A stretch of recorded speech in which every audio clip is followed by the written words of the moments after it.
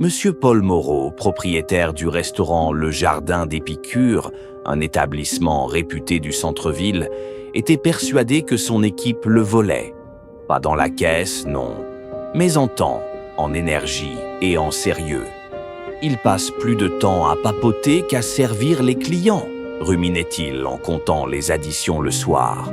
Après avoir installé des caméras dans la salle et un système de suivi des commandes, il restait convaincu que la réalité était encore pire. Un matin, il prit une décision radicale. Le mardi suivant, un certain Marc Leclerc, nouveau plongeur de 48 ans un peu maladroit, fit son apparition. Casquette enfoncée, lunettes épaisses, barbe de 3 jours et tablier trop grand. Même sa chef de salle, Sophie, ne le reconnut pas. « Bienvenue, Marc. Tu commences aujourd'hui. Tu fais la plonge et tu donnes un coup de main en salle quand c'est la folie. » Et l'observation commença. Premier choc. Dès 12h30. À peine le service lancé, Paul, alias Marc, fut stupéfait. Il vit Clara, la meilleure serveuse, passer 5 minutes à faire des selfies avec une assiette parfaitement dressée pour Instagram, au lieu de la porter en salle. Puis elle posta « Service du midi qui claque, #Jardin Épicure ». L'assiette refroidissait tranquillement. En cuisine, les 2 cuisiniers, Thomas et Lucas, discutaient tranquillement. « T'as vu le message du patron ce matin ? On doit être plus réactif. Il croit qu'on glande toute la journée ? Laisse tomber. Il doit être dans son bureau à regarder les chiffres pendant qu'on se tape le coup de feu. » Paul serra les poings dans ses gants en caoutchouc. Deuxième choc, le système patron absent. Très vite, il découvrit que l'équipe avait mis en place un système ultra efficace. Quand la voiture du patron se garait, il reconnaissait le bruit du moteur. Tout le monde passait en mode sérieux. Dès qu'il repartait ou s'enfermait dans son bureau, le signal était donné. Mode chill activé.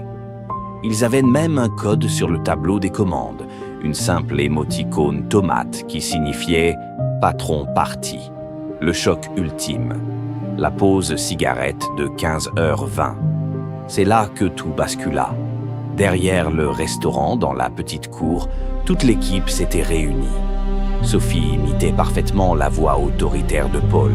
« Mes chers collaborateurs, les chiffres sont très décevants ce mois-ci.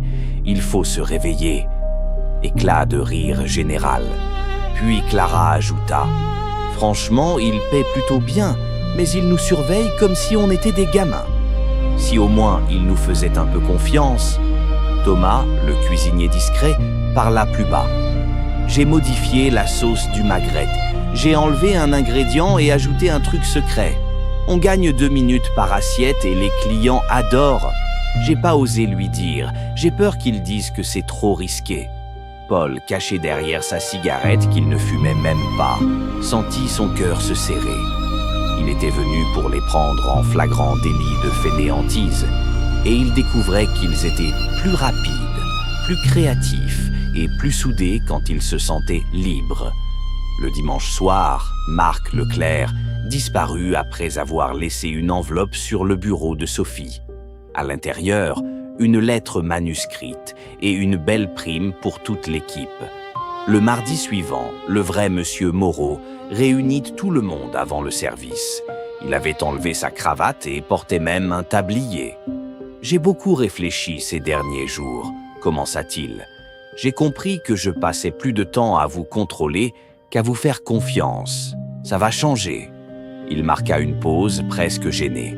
« Et pour info, Marc le plongeur vous passe le bonjour. Il a trouvé que vous étiez bien plus sympa que votre patron. » Un silence stupéfait, puis des rires explosèrent dans toute la cuisine. Depuis ce jour, le jardin d'Épicure n'a jamais été aussi bon. Les clients sont plus nombreux, l'équipe est plus motivée et les idées nouvelles fusent. Et parfois, quand le patron passe en salle avec un grand sourire et aide même au service, quelqu'un murmure « Fais gaffe, il est peut-être encore en train de nous observer. »